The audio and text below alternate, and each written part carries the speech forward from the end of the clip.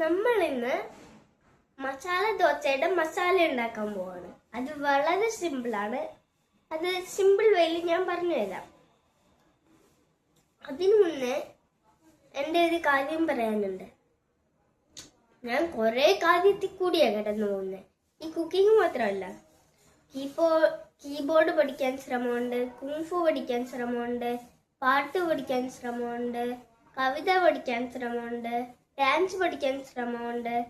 അങ്ങനെ ഈ വെക്കേഷനിൽ ഞാൻ എല്ലാം കൂടി പഠിക്കാനാണ് എൻ്റെ ശ്രമം. അപ്പം നിങ്ങൾ വല്ലതും പഠിക്കുന്നുണ്ടെങ്കിൽ അത് കമന്റിൽ ഇടണം കേട്ടോ. അപ്പം അതും കൂടി ഞാൻ പഠിക്കാൻ ശ്രമിക്കാം. അപ്പൊ നമുക്ക് എപ്പിസോഡിലോട്ടേക്ക് കടക്കാം. ഈ പൊട്ടാറ്റോ ഒക്കെ നല്ലതായിട്ട് കഴുകണം.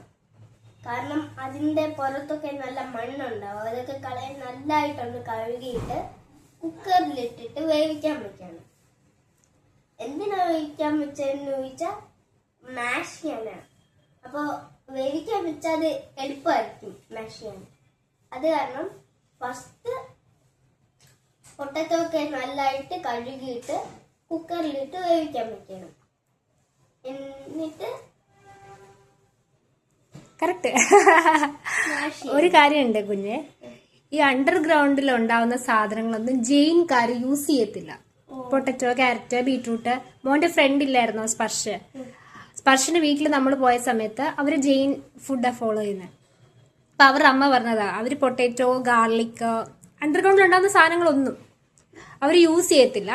കാരണം ഞാൻ ചോദിച്ചു അതിന്റെ റീസൺ എന്താ ചോദിച്ചപ്പോൾ അവർ പറഞ്ഞത്, കാരണം ഇതിലൊക്കെ നിറയെ മൈക്രോ ഓർഗാനിസം ഇല്ലേ, അപ്പൊ ആ മൈക്രോ ഓർഗാനിസം മരിച്ചു പോകത്തില്ലേ, അതിനെ ഹാം ചെയ്യല്ലേ, അതുകൊണ്ടാണ് അത്ര അവര് അതൊന്നും കൺസ്യൂം ചെയ്യാത്തത്. എന്ന് വെച്ചാൽ അത്രക്ക് ടൈനി സാധനങ്ങളെ വരെ കൺസിഡറേറ്റ് ചെയ്തിട്ടുള്ള ഒരു ചിന്ത അല്ലേ. നമ്മൾ അത്രയും പോലും ബുദ്ധിമുട്ടിക്കരുതെന്നുള്ള ജെയിൻകാരുടെ കൺസെപ്റ്റ് അപ്പോഴാണ് അമ്മയ്ക്ക് ആദ്യമായിട്ട് മനസ്സിലായത്. അപ്പോൾ കുഞ്ഞ് ഇത് കഴുകുന്ന കാര്യം പറഞ്ഞപ്പോൾ ഞാൻ അത് ഓർത്തൊന്ന് ആഡ് ചെയ്തേ ഉള്ളൂ കേട്ടോ. അപ്പം ഇത് വേവിക്കാൻ വെക്കട്ടെ ഞാൻ. ശരി, കുക്കർ വേവിക്കാൻ വെച്ചിട്ടുണ്ട്. അത് വേവാൻ കുറെ സമയം എടുക്കും. ആ സമയം വെറുതെ കളഞ്ഞ് നമ്മൾ ചുമ്മാതിരിക്കണ്ട.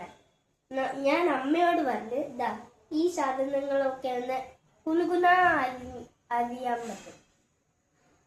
അപ്പൊ ഇത് നല്ലതായിട്ട് തന്നെ വന്നിട്ടുണ്ട്. നമ്മൾ ഇനി ഈ തൊലി കളഞ്ഞിട്ട് മാഷ് ചെയ്യും. പക്ഷെ ഞാൻ ഇത് വെച്ച് മാഷ് ചെയ്യത്തുള്ളൂ, അല്ലെങ്കിൽ എന്റെ കൈ പൊള്ളിപ്പോവും. നിങ്ങളും അങ്ങനെ ഒന്നും ചെയ്യല്ലേ, നിങ്ങളുടെ കൈ പൊള്ളിപ്പോവും.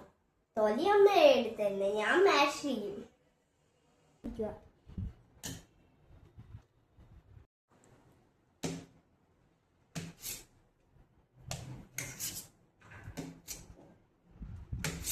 നമ്മൾ ഇതിലോട്ടേക്ക് ചൂടാക്കിയിട്ട് എണ്ണ ഒഴിച്ചു, കടുകിട്ടു,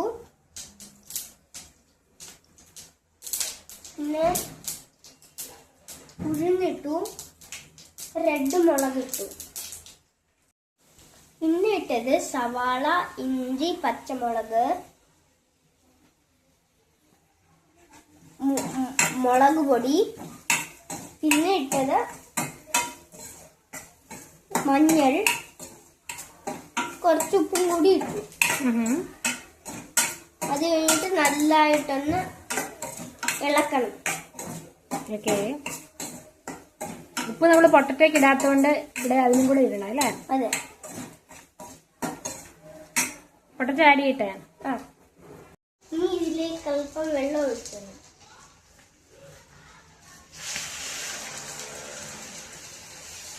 നമ്മുടെ മസാല ഇവിടെ റെഡി ആയിട്ടുണ്ട്. ഇനി മസാല ദോശയും ചട്നിയും കൂടി ഒത്തു കഴിക്കുമ്പം പറയാം.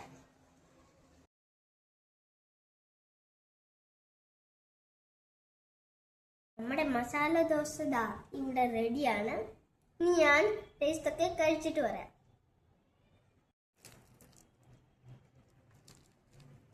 നല്ല സൂപ്പറാണ്. കിടികിടാച്ചിയാണ്. നിങ്ങൾ ട്രൈ ചെയ്തോണ്ടേ. അമ്മയുടെ മസാല ദോശ കഴിച്ചാലില്ലേ, ആൾക്കാരൊന്നും കടയിൽ നിന്ന് ഒരു മസാല ദോശ പോലും കഴിച്ചിട്ടില്ല.